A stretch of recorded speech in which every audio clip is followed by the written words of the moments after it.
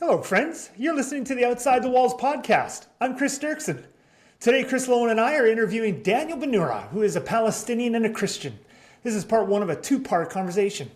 Daniel grew up as a Palestinian in the West Bank in the famous town of Bethlehem. Yes, he literally grew up in Bethlehem.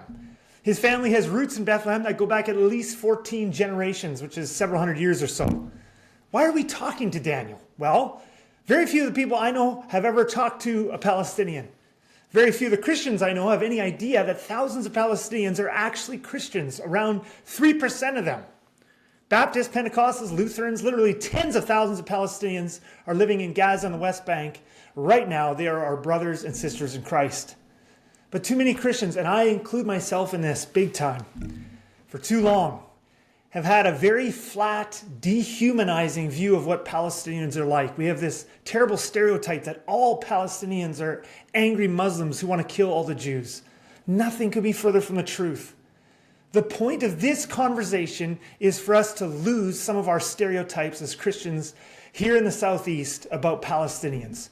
To walk a mile in the shoes of a Palestinian Christian, to realize that Palestinians are human beings with many diverse viewpoints and many different beliefs, many of whom want peace with their Jewish neighbors more than anything else. Some of Daniel's perspectives in this conversation and experiences of the nation of Israel might be very different than yours. That's okay. You don't have to agree with Daniel on how he sees things. The goal of this conversation is not to change your mind about politics in the Middle East, but to be an exercise in listening. Listening to a real live person who loves Jesus and who has experienced real suffering and who, as a result of his background, has a very different perspective than probably many of us do. Many of us have grown up with a deep love for the Jewish people living in Israel. That's awesome. I have.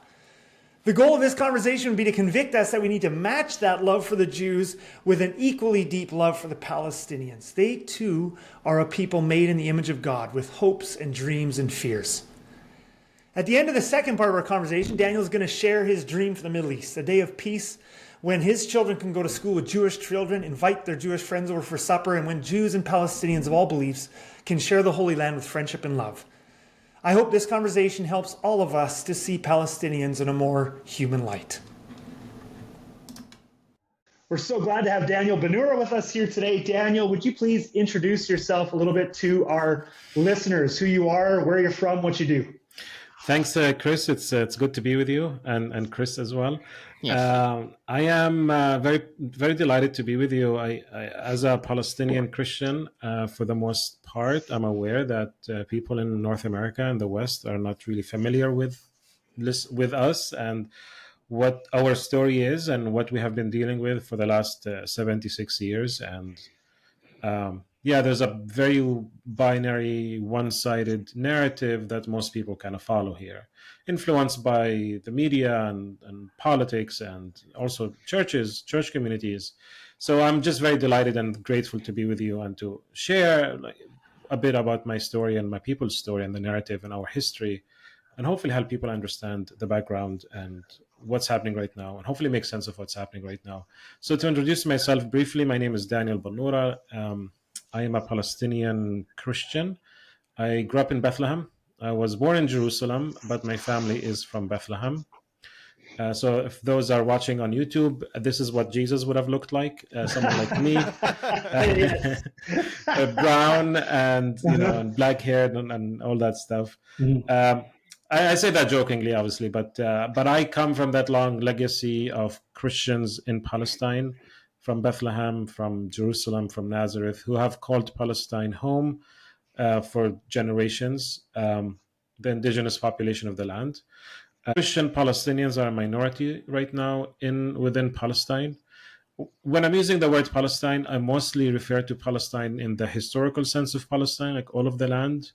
There's a conversation about the two-state solution and the Palestinian territories, which are understood to be the West Bank and the Gaza Strip. But the Palestinian identity and history is tied to the whole of the land, not just these small spots right now. Historically, Palestinians were 10% of the population, as far as we can tell, from 100 years ago, from a British census that was done at the time when the British Empire had a control over Palestine in what is called the British Mandate. Right now, the Palestinian Christian population in all of Palestine, historic Palestine, has dwindled to about 3%. Some of them are in Bethlehem, like my family. Bethlehem is a strongly Christian town. Some in Jerusalem, some in Nazareth, Haifa, other small towns and villages throughout the West Bank, Israel proper, Gaza, and so on and so forth. Historically, most Christians in Palestine are Orthodox, specifically Greek Orthodox.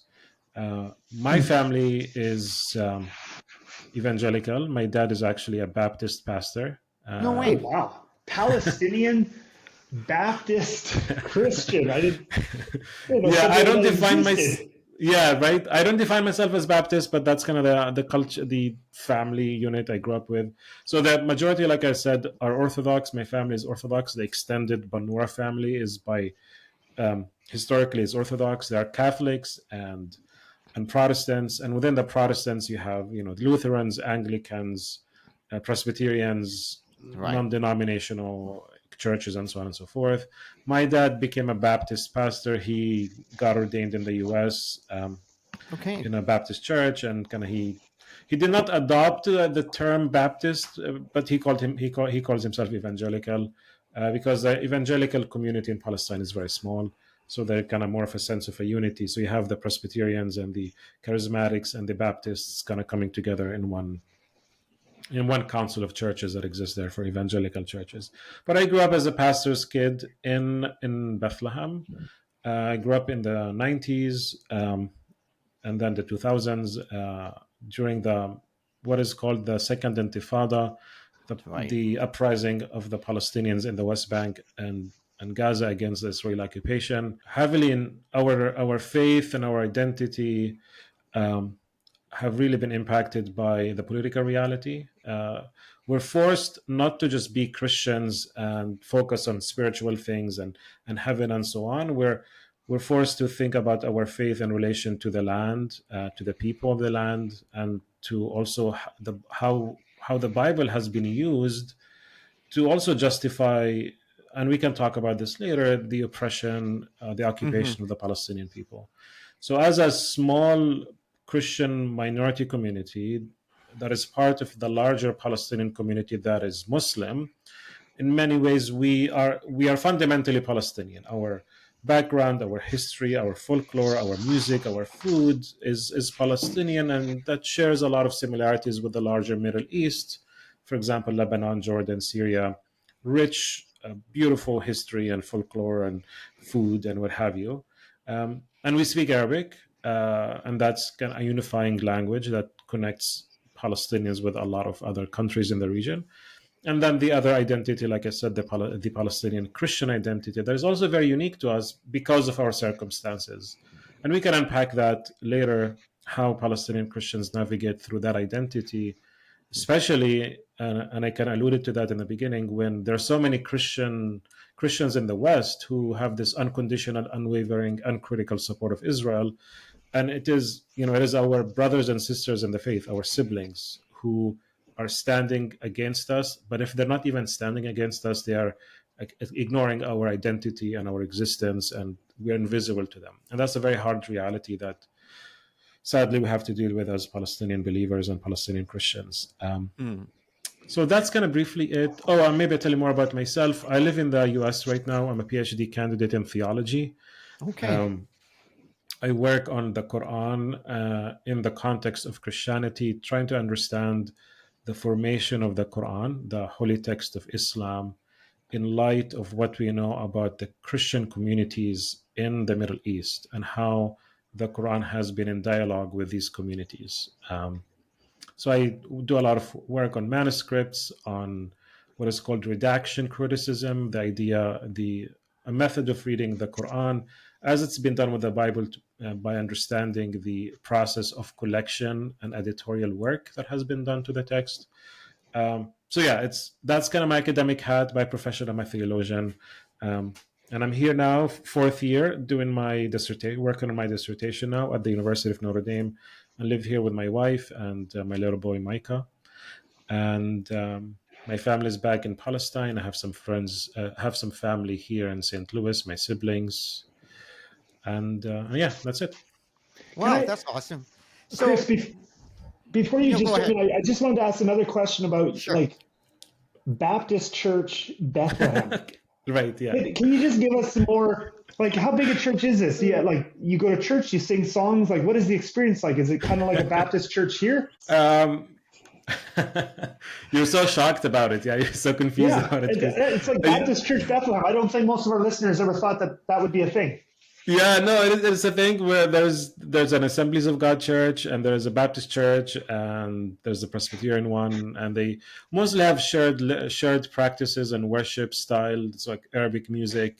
Yeah, and you worship freely in Palestine. There are no restrictions on prayer or worship. And Palestinian Christians are fairly protected and have a very prominent position in society as Christians.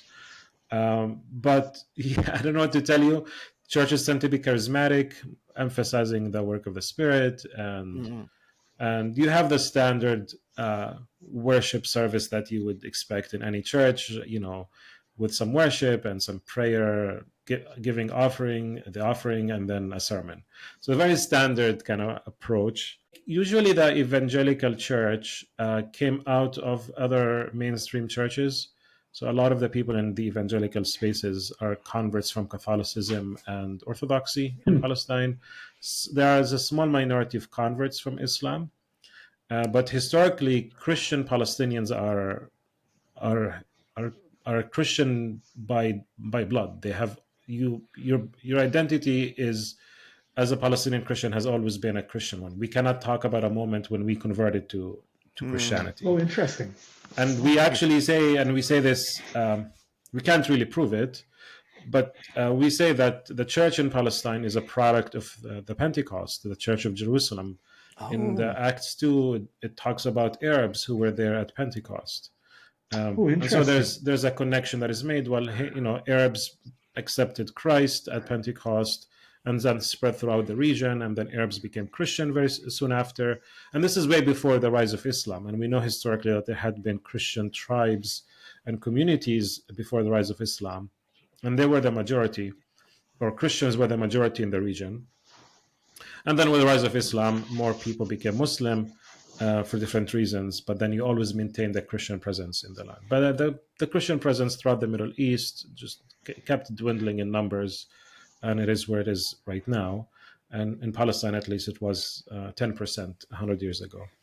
A very rich culture and history, Chris. The Church of the East, or the Middle Eastern Church, is not really a church that people in the West pay attention to. Usually the conversation in the West is about the Catholic Church and the Protestant Church and the Reformation. And history in many ways begins, 500 years ago with the Reformation. But then there's this very beautiful and rich church history in the East, Orthodoxy, Syriac Christianity, Armenian Christianity, Coptic Christianity, that has been mostly ignored by the West. And that's a problem, I think, in the West, that people need to do the work and understand a very rich and diverse history of Christianity in the Middle East. Yeah. Christmas must be amazing in Bethlehem. Christmas is the best in Bethlehem. Yes. Please come and visit Palestine. Go to Bethlehem for Christmas. Yes. Oh, that's awesome. So Daniel, so obviously you have a lot of Christianity in your background, in your family, but tell us a bit about your story of how you met Christ, how you came to faith in Christ. That's a good question. So I'm a pastor's kid, so I always grew up as a Christian. Or, there was a moment where, I was supposed to give the sinner's prayer, and I think I gave it like 3 times in my life as a teenager. But I was always the good guy. I was always kind of the pastor's kid, and there was always that responsibility of, you better be a good Christian because your dad is a Christian, as a pastor. And I was, held, in a way that I wasn't a center of attention, but I was always understood to be the pastor's kid. If I'm gonna to answer that question specifically and honestly, when did I accept Christ? I honestly, the only moment that comes to mind where I can tell you, hey, this was it. It was during the Intifada. I mentioned this earlier. So the Intifada, there was an uprising in the year 2000 by the Palestinians against the Israeli occupation for different reasons, but basically prolonged oppression and destruction of Palestinian life and so on. And people revolted against an oppressive system. And in 2002, the Israeli military invaded Bethlehem, took over Bethlehem. And a lot of people were attacked and shot at the time. I had a friend of mine, Johnny, a Christian, was shot in the neck. He broke curfew to buy bread for his family. He was in 8th grade. And and a sniper, we don't really know who, an Israeli sniper, shot him in the neck and killed him instantly because he broke curfew. And I had a lot of friends killed. Had a cousin of mine who was shot in the leg. And we had a neighbor who was killed. I had another cousin of my dad who was shot in the spine, and now is on a wheelchair. I had friends who were beaten, imprisoned, and there was a lot of death. And for me, the moment that I received Christ or prayed for Christ, to come into my life and all that language, was because I was afraid of dying, because of all my friends who were dying, because of all the death that I'm seeing. So in retrospect, it's such a sad reason to pray, but then it makes sense in my context, right? Like, if I'm worried that I'm going to die next by Israel, and I want to make sure that I'm going to go to heaven. And it was a very naive and emotional kind of response to that. And I think this is also, Chris, to answer the question in a more critical way, evangelicalism, as I understood it, was very reductionist and simple. It's like, you be a Christian so that you can go to heaven. But then Christianity didn't make any sense, or had nothing to say about my trauma and the oppression and the occupation that we face as Palestinians. And the evangelical church was like, don't worry too much, do not be angry, do not be sad, just pray, and you'll go to heaven. Wow.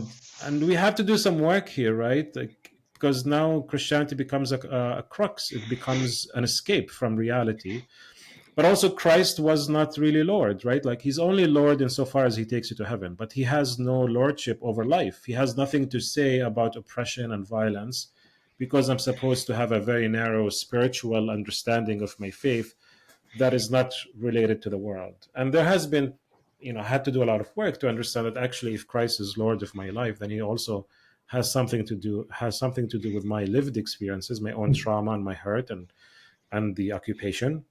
And also has something to say. Like, what would Christ do, or what would Christ say if he comes to Palestine and sees occupation? Or what would Christ do if he goes to Gaza and sees a genocide being committed? What is the Christian response to oppression, to warfare, to violence? And the evangelical community that I grew up in did not have the answers for these questions. It was very concerned with spiritual life, with going to heaven, with this piety that is very individualistic. And honestly, and I think it's very problematic and unhealthy. And later on, I had to do the work of, maybe we can talk about that later, perhaps maybe for a different episode, about how we develop a theology that is relevant to our lived experiences. But yeah, hopefully that answers the question there, Chris. Yes, it does. Yeah, absolutely. What is it like reading the Bible as a Palestinian in Palestine, Israel? Just when you were talking about that, I mean, you didn't just have one example. I mean, you just off the top of your head, you listed like a whole bunch of different experiences you've had, people you personally know who have been killed, imprisoned, beaten. Right. What is it like in that environment? Like, for us, we're so distant from it all. So we read the Bible and we read the story of Israel, and it's for us, it's just very cool. It's amazing story, but it's very distant from us. What is it like as a Palestinian in Bethlehem reading your Bible? Yeah, it's an interesting question. I get asked that question frequently. What is it like to be living in Bethlehem? Was it special? And I'm like, no, it's just my hometown. Just like your hometown is your hometown, and it's special to you as it would be special to you. Like, there's nothing unique about it. I didn't really feel anything special about it growing up in that space. It was always cool to, my house was just a stone throws away from the shepherd's field, where we believe the shepherds were when Christ was born. Walking to the Church of the Nativity would take you half an hour walking to get to the church.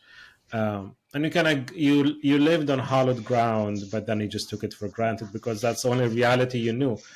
But so I didn't really have much of an analysis or reflection about it, because that's just what I knew as a kid. So it was normal to me.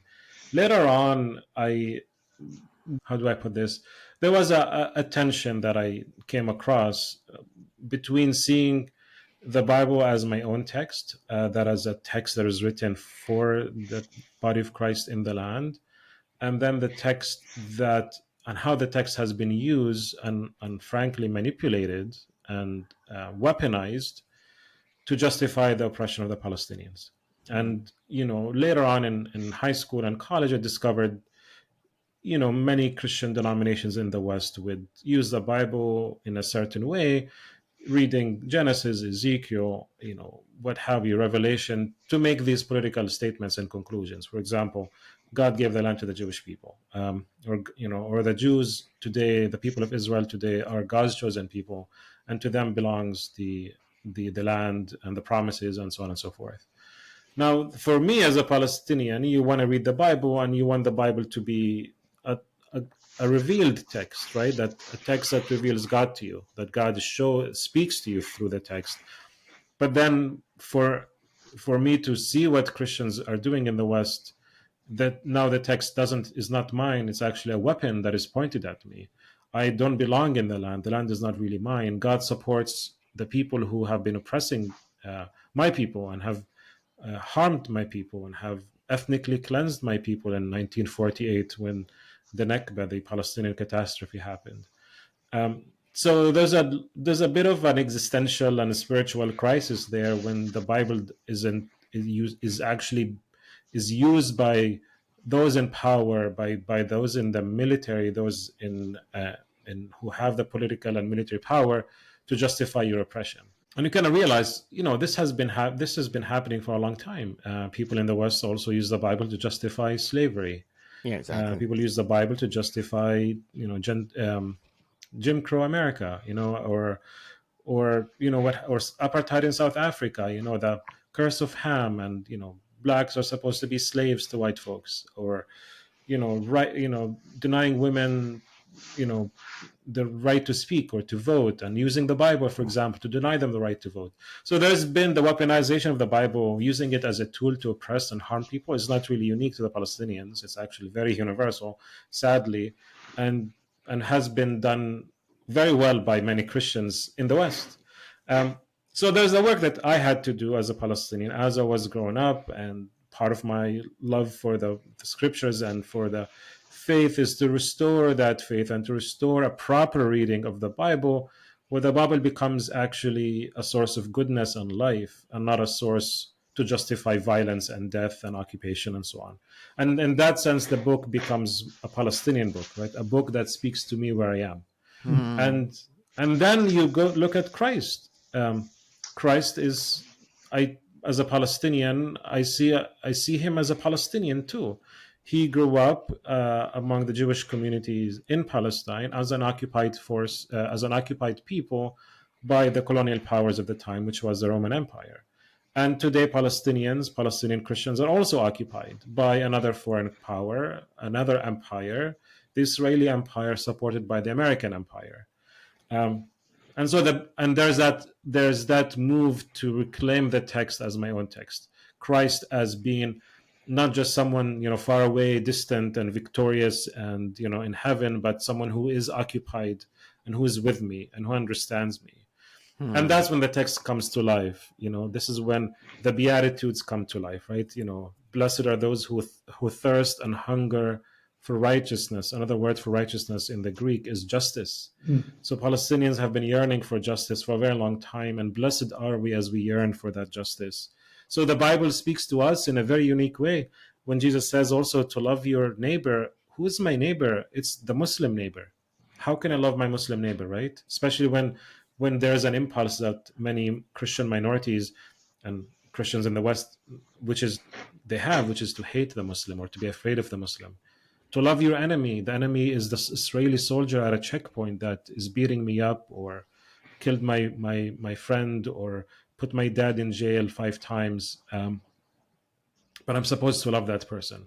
So the Bible comes alive in a powerful way, and you see the power, the potency of the message of Christ, the power of the message of Christ for salvation. And here, salvation does not just refer to this spiritual idea of let's go to heaven, but salvation that actually covers all life, that a life that is more abundant, a proclamation of the kingdom of God that comes on earth, not a kingdom of God that is far away that we're going to go to, but the shalom, the peace, the truth, the goodness of God comes here on earth.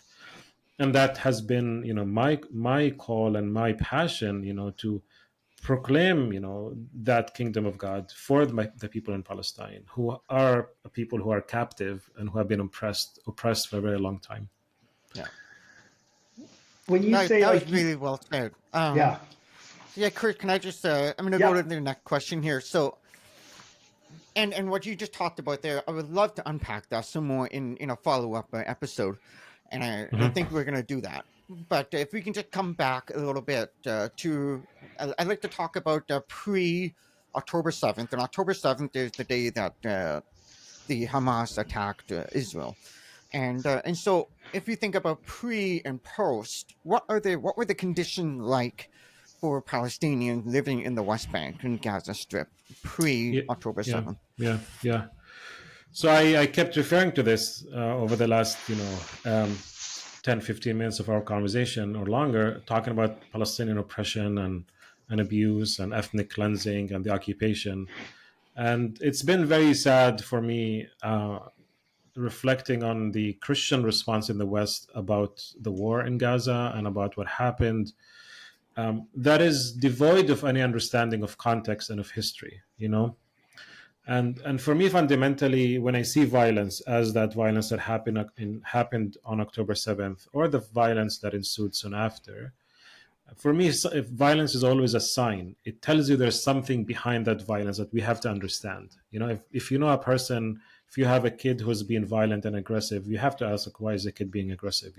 If you see someone who's abusive verbally or physically to someone like an adult, to their spouse or what have you, it's like, okay, well, what happened to lead this person to violence? Right? We ask that question all the time.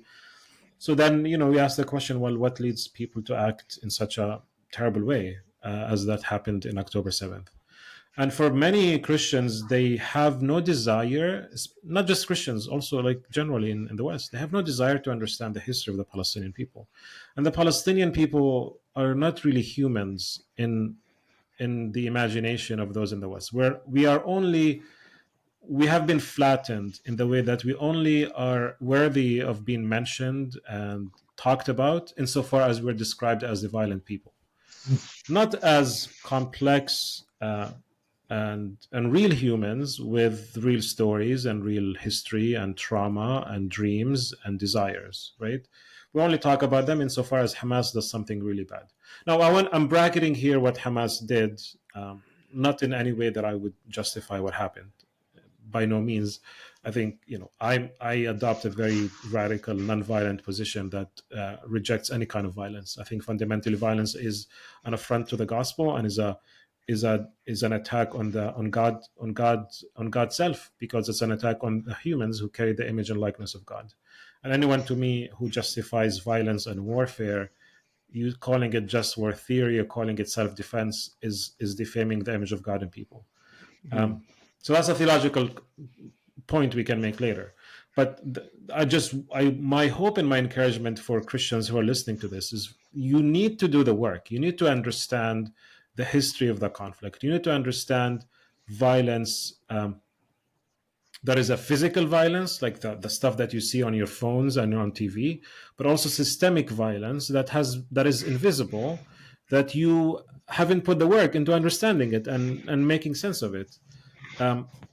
So, for example, I'll give you the example of, Nat Turner. I don't know if you heard about the Nat Turner rebellion. He was a slave, a Christian slave, a black slave in, I don't know in which state in the US, but he led a rebellion against slave owners and killed 50 slave owners.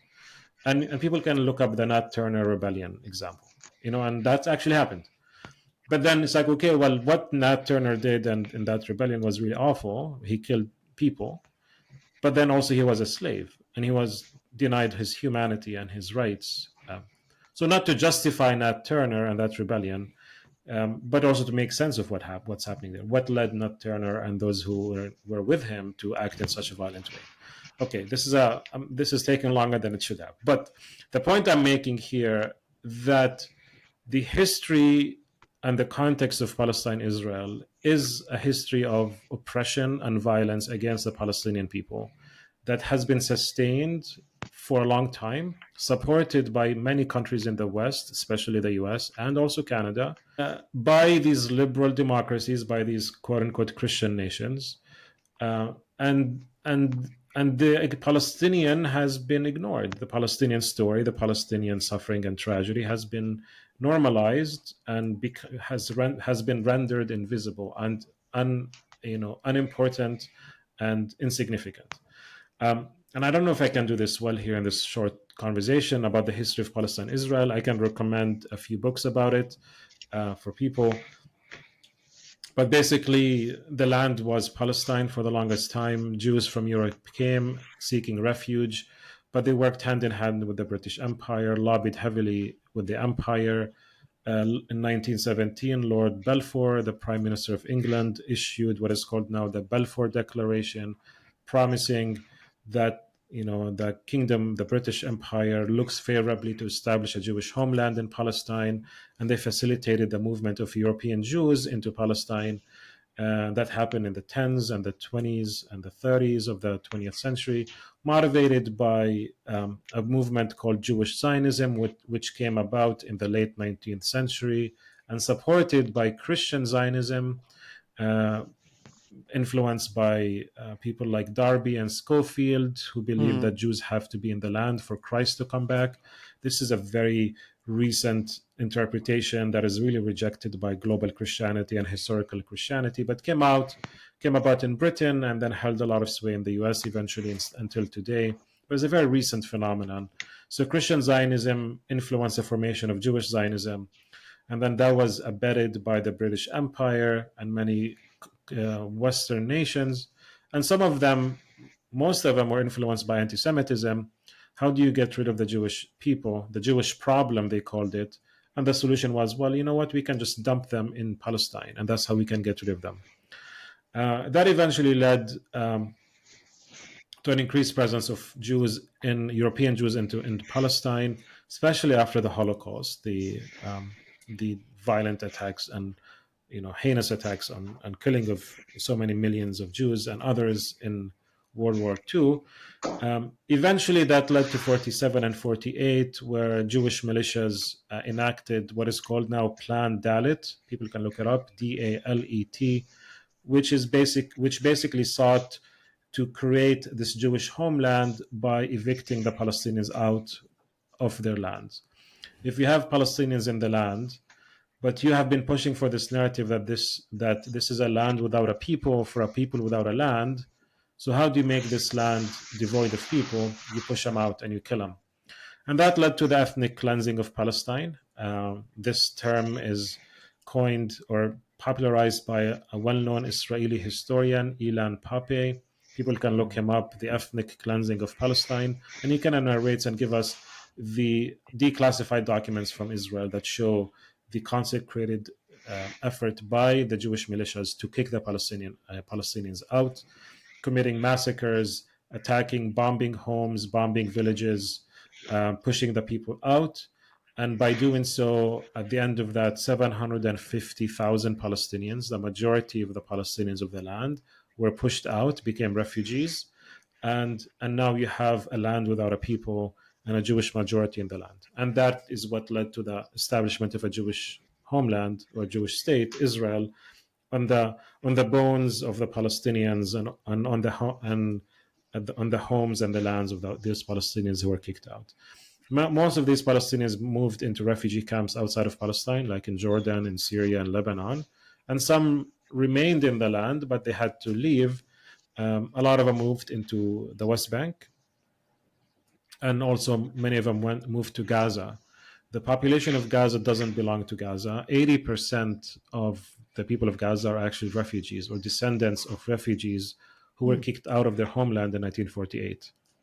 And we have to keep that in mind. It's not just the Jewish or the Israeli hostages who do not belong in Gaza and should go back to their homes.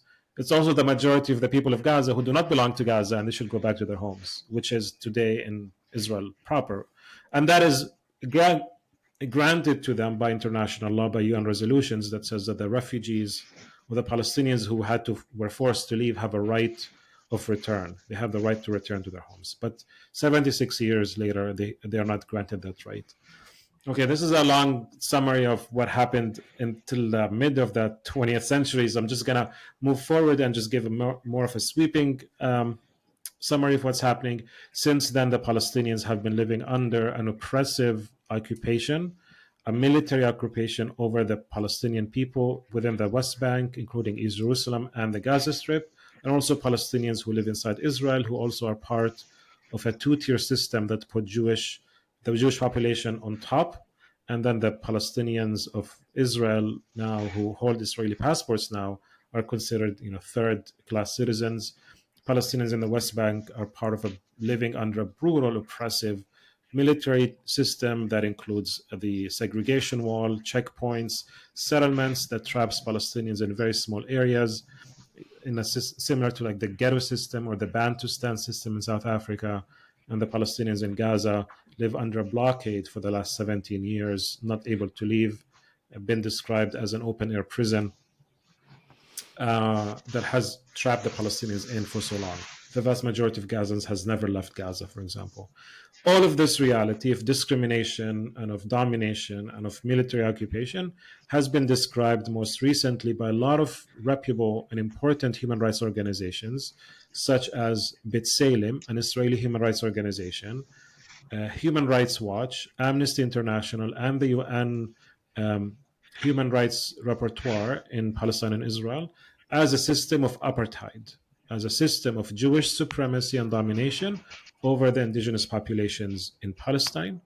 That is very similar, also different in some ways, but very similar to the system of apartheid in South Africa, where one people group has complete authority and power and military power fundamentally that is able to divide and conquer the populations, the indigenous populations, and dominate over them and control their land, their resources, the infrastructure, the water, the air, and everything, and the borders, and so on and so forth.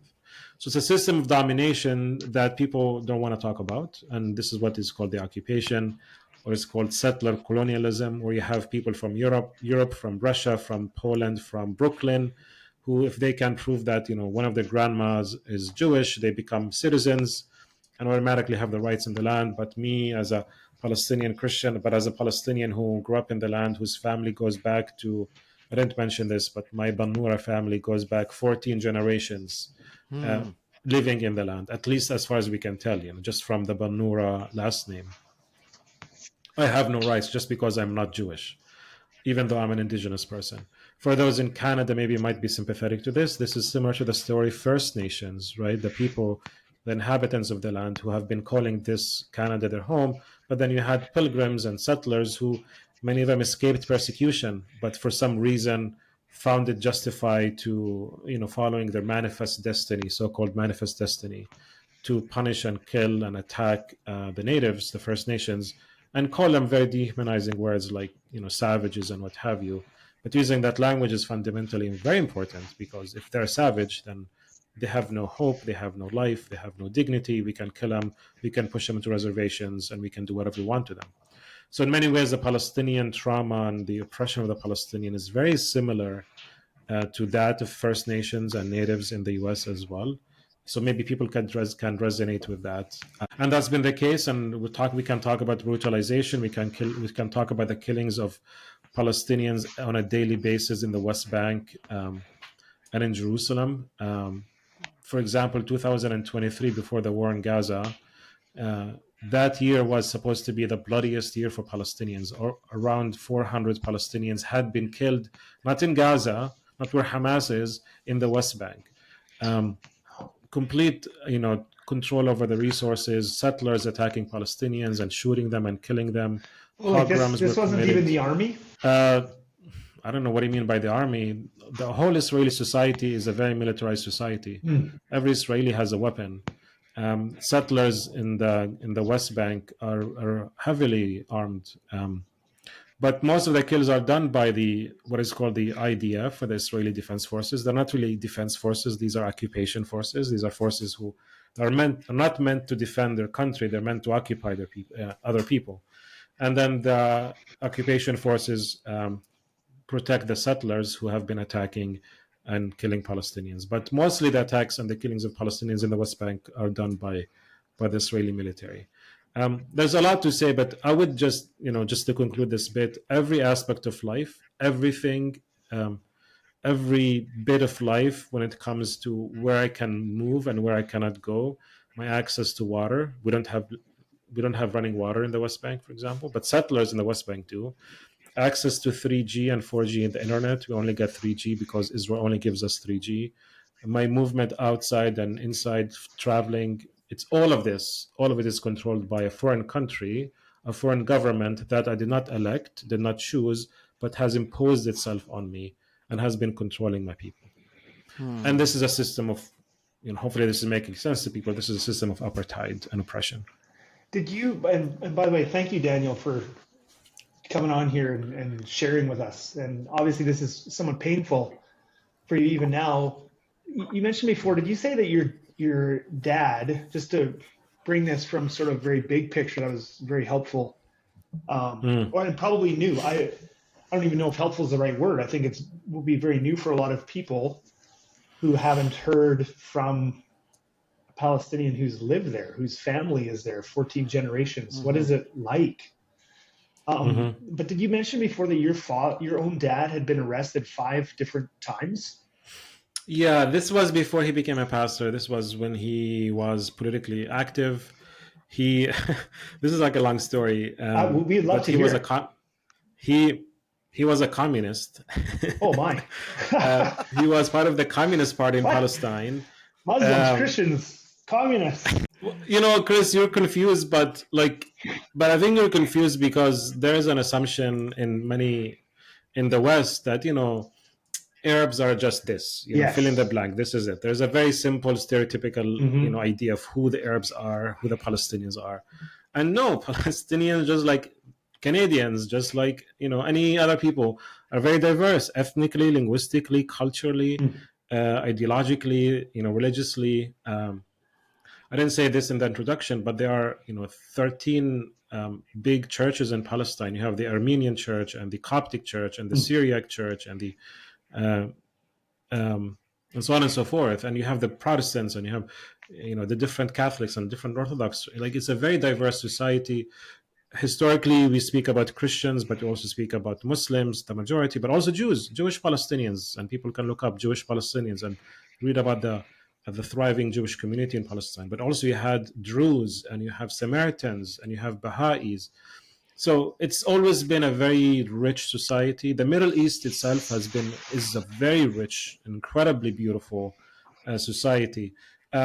And also would include some communists. But yeah, we need to move away, Chris, from binaries, from simplistic reductionist understandings of the other, and put the work, spend the time educating ourselves and learning about other people. But briefly about my dad, he was just active in the Communist Party at the time, which was just a political party that was influenced by Marxism and what have you, and believed in nonviolent resistance against occupation.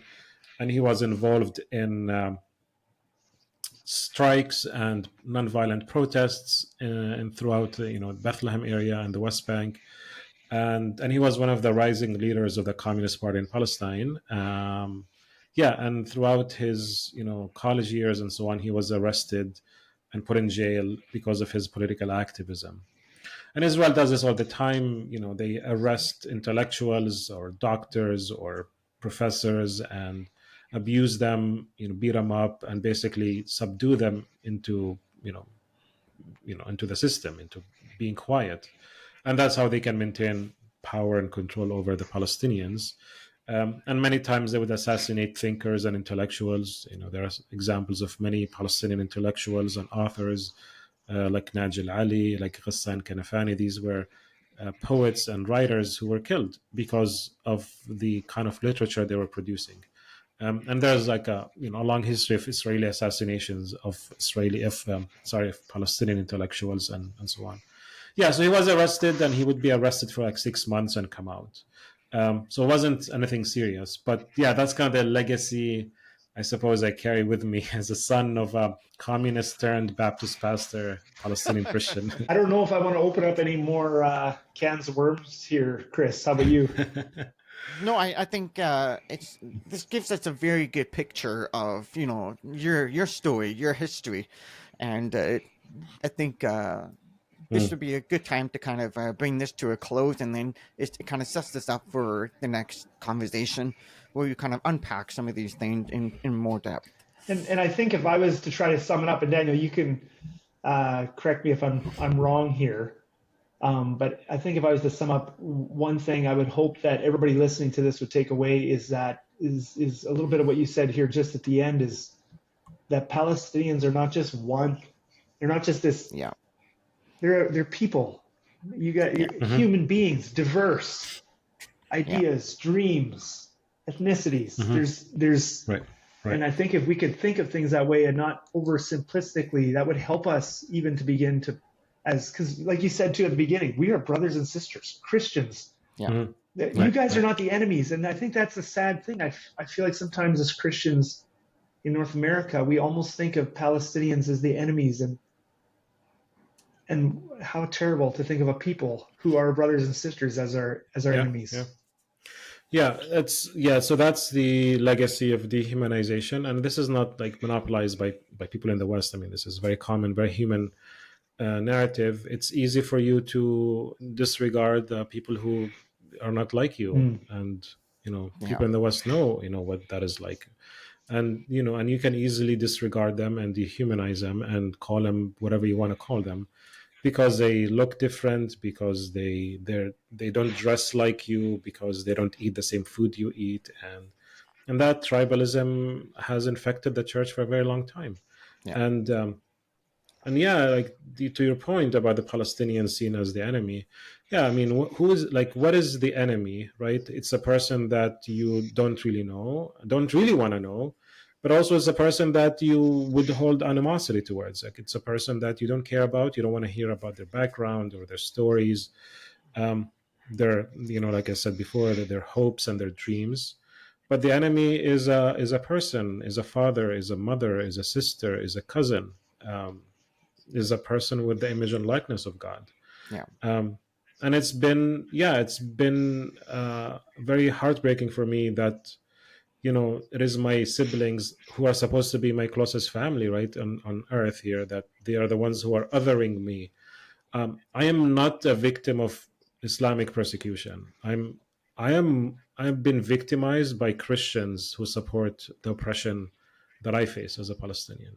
I've never faced, for example, persecution by Muslims, but Muslims have friends and allies and people I play with and play frisbee with and soccer with, and shop owners and where I get my hair cut and so on and so forth. And these are my neighbors, and my duty as a Christian is to love them. But it's really the Christians, especially in the US, and maybe perhaps in Canada, who have this blind support for Israel, for the military, for oppression. And I don't know if probably it's a collection of different things. Some of it is that ignorance and hatred and violence towards Muslims and Arabs, and by extension, Palestinian Christians. But some of it is a version of Christianity that is really alien to the gospel, a version of Christianity where thinks that it is okay to kill people, and it's okay to have enemies and retain enemies. And just to me, that's not the gospel. This is not what God desires for the human race. And there's a radical proclamation of God's goodness and God's love for all of humanity that comes to us through Christ, right? That he opens the prophecy in Isaiah, and he says, this is the day that has been fulfilled in your midst, which is to give liberty to those who are captive. And he said that if you do not visit those who are hungry and those who are in prison and those who are naked, then you're anti me, you're against me. And And there's that gospel of goodness and of love, the law of love that, we see it in Christ, that he moved beyond the ethnic binaries of being a Jew. He would spend time with the Samaritan woman. He would spend time with the Canaanite women. Have this parable of the banquet where those who are, the privileged ones are pushed out, and the crippled and the naked and the poor are welcomed in. There's a beautiful and radical vision of goodness and love and inclusion to everyone. And it's shocking and sad to me that 2,000 years later, we still have a version of Christianity that is willing to other people, to ostracize people. And for 2,000 years, Christ is telling us, haven't you learned anything? Haven't you learned what it means to love God and love your neighbor? And it's very sad. It's very heartbreaking. But these siblings, these are my family. They're in my lane, and I'm going to honk. I'm going to have to speak up about this stuff. And my hope and desire for the church to wake up to this issue and take a proactive and a good and Christ-centered approach in the way that they think about Palestine and Israel. Thank you so much, Daniel, for taking the time to be with us. Thanks, everybody, for You got listening. it.